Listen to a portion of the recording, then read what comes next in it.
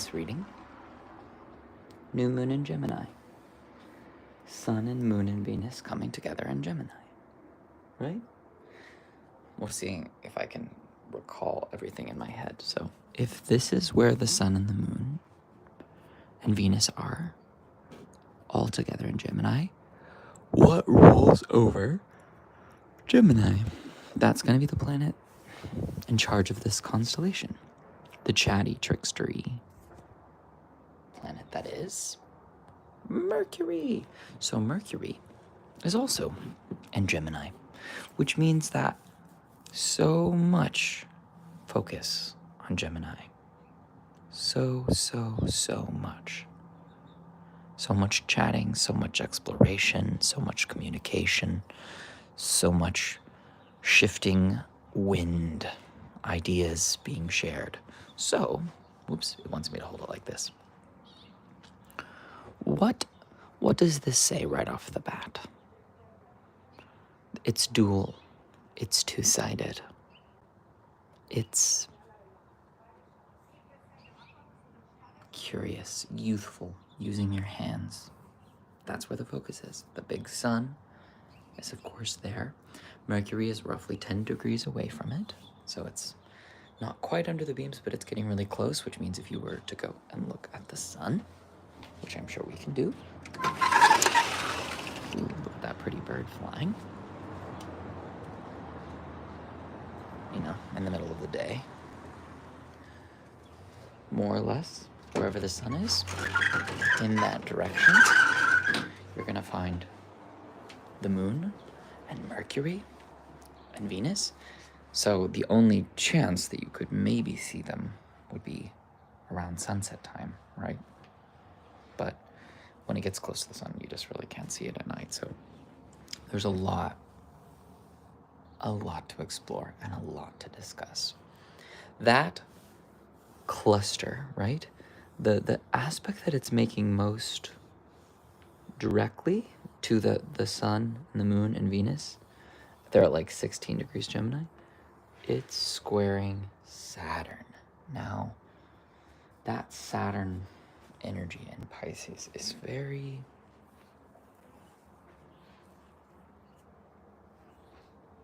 interested in grounding in reality, keeping things real, keeping them within the boundaries, within the limits. So because there's a square there, it's kind of going, there's so much ideation, so much exploration, so much to go through. Like, wait a minute, but like, what is really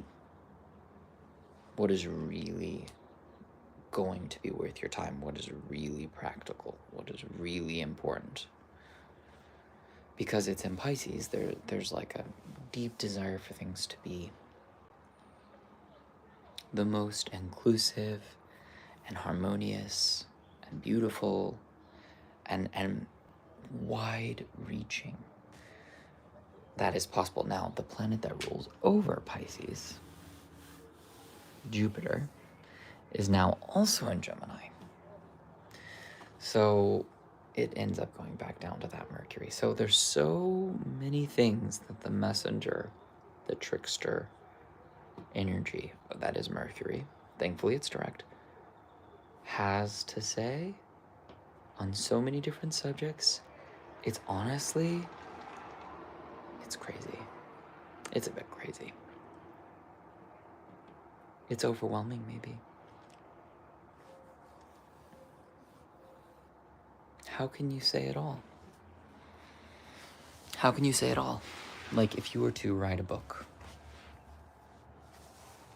you know, there's the careful approach, line by line. There's the getting it all out on paper. There's the audio recordings, having the AI type it for you.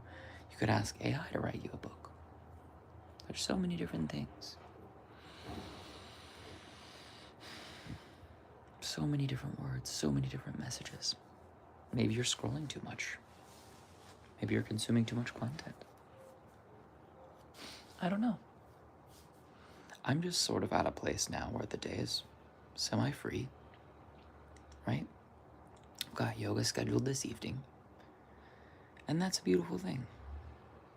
I've got to start to stay up a little bit later because I'm about to switch to like night shift type work for the summer.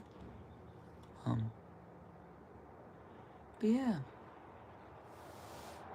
being calm and sort of grounding, keeping myself comfortable, eating enough food. Yeah. I know that there's so many options, but like what's actually going to benefit you? What's actually aligned with your values? And what if your values need to change? What if there's something about them that's not harmonious? Pisces does want everything and everyone to be included because I'm not saying that Pisces people don't have boundaries, but like they're very watery and flowy water versus flowy air. I'm like, wow, like that's so much flowy energy. Notice that we have all that we've discussed, the sun, moon, Mercury, Venus, Jupiter, those are all in Gemini for this new moon. So much air, so much chit-chatty, with Jupiter in mutable water, so flowy water. So it's a very like all over the map kind of an experience. Going here, going there, doing this, doing that. It's a lot. It's a lot. It really is.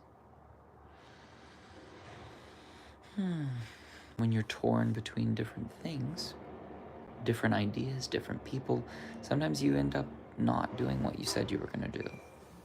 So how do you stay on top of that? How do you prioritize where your energy goes? That's something to consider. Like the spaciousness of today, the emptiness of my calendar. What do I need to do? What do I need to do? I collected some flower petals that were falling and put them in jars because I like to have the pretties in my room. It's the simple things for me. It really is. So, we'll see what happens. On this new moon day, I have a new job I'm starting at a yoga studio to help clean so I can afford the membership. I'm going to a movie event.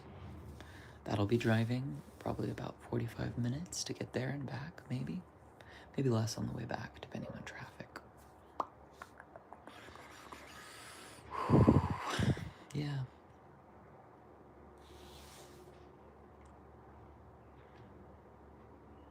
There's so much. There's so many things. So we've discussed Jupiter, we've did the Sun, Moon, Mercury, Venus, and Saturn. So the ones that we have not discussed of the major planets would be Mars. Mars is at the end of Aries, so it's getting close to moving into Taurus. So there's a little bit more time for that, like pioneering, a little bit impatient, a little bit it's very forceful, but it's not a bad placement for Mars at all. Mars likes to be in Aries. It likes to have that fire under its belt. Aries is my 8th house, so there's not a ton of that fire. But my messenger, my own messenger in my chart, Mercury, is there. So it's like, it's kind of a tricky placement. It's 7th, 8th, depending on, like, if I'm partnered with someone, the Aries definitely comes on. It really does. So, you know, we all find all the constellations in ourselves at some point, I think. The star story. Do you like the flowers? So yeah, so what else? Sun, Moon, Mercury, Venus, Mars, Saturn. Yeah.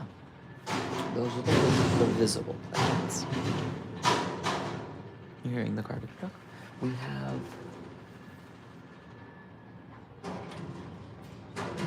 Uranus and Taurus,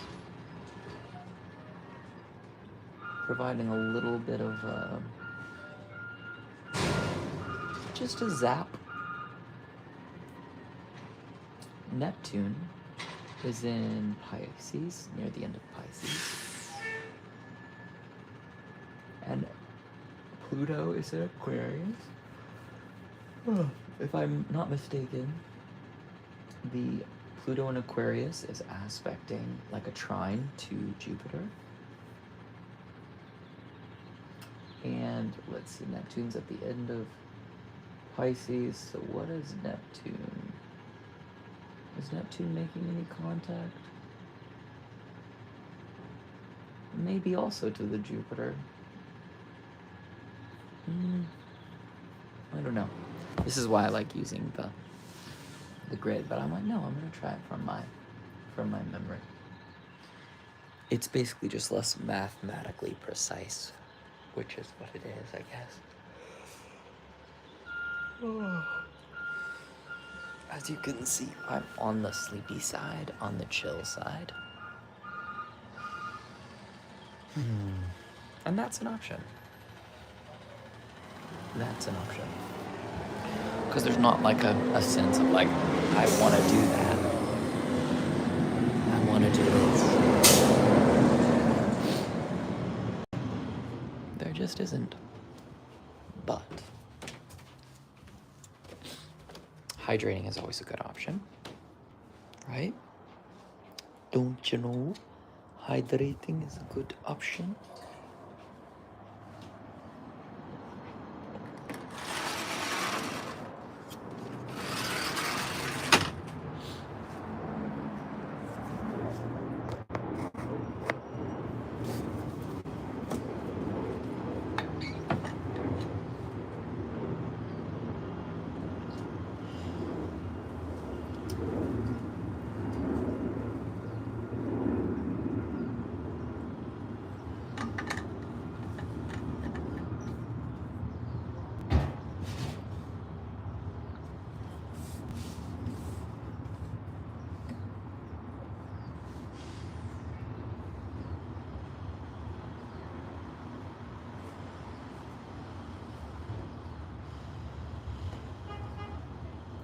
The desire to do a lot. The desire to be in a lot of places, achieve a lot of things, learn a lot of things. Even though there's a pressure sometimes, I need to, I must. And other times it feels very natural. You know? Playing guitar, playing piano, singing, picking up flowers, doing this little stretch, listening to some music or reading a book, talking to a friend. All of these things are accessible. I might actually try to give my friend a call.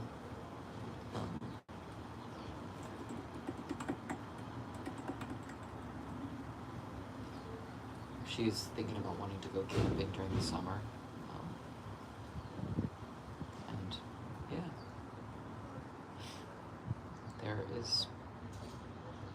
there's potential for that. Not sure where an ideal camping spot would be. Maybe like Big Bear, because I'm in LA. There might be something pretty up there in the mountains that would be nice. So yeah. Hope you guys are doing good on this new moon. Really always, but a new beginning in the part of your Gemini, part of your chart that contains Gemini. A new cycle. For me, it's about public image, career. It's like very out there and visible. It's my reputation.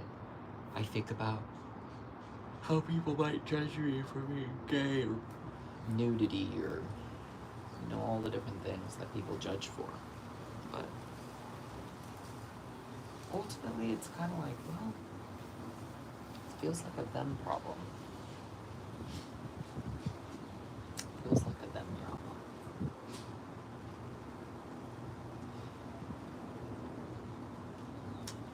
Judgment. Judgment. Anything else I want to say? Anything else?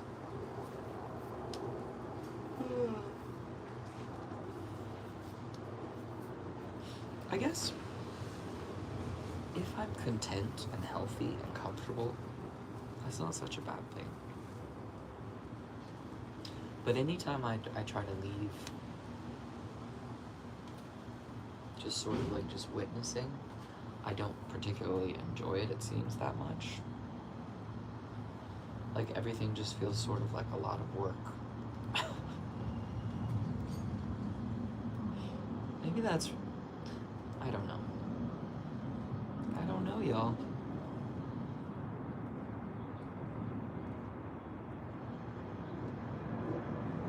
Like right now, just making sure that my fingernails look perfect. Is that, does this feel like work? It's just sort of happening. It's just the case. There's like a lump in my throat.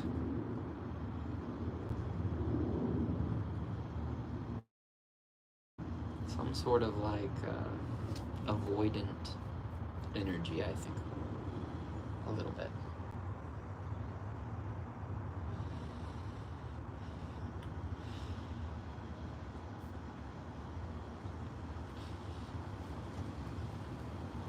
Yeah.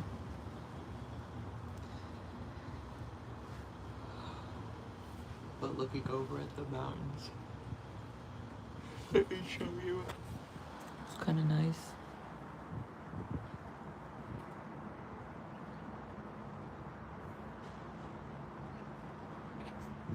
It's beautiful weather.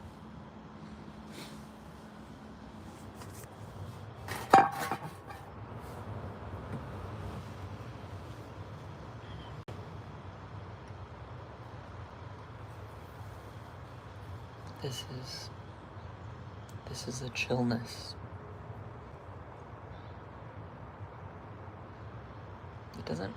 In some ways it doesn't feel like I am embodying the energy that is Gemini. Like this energy is like, do shit, try shit, play with shit, explore shit, read shit. Like I should go shopping, or I don't know. I ate some corn tortillas this morning. I cleaned my room and organized my bins last night. I listened to a little of the Silmarillion.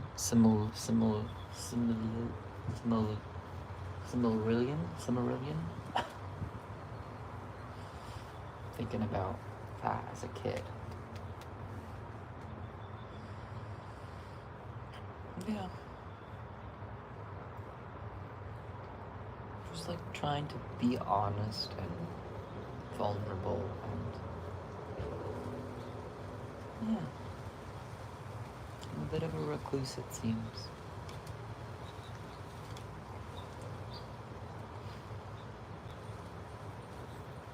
I think that's all. Love, light, and the snakes bite.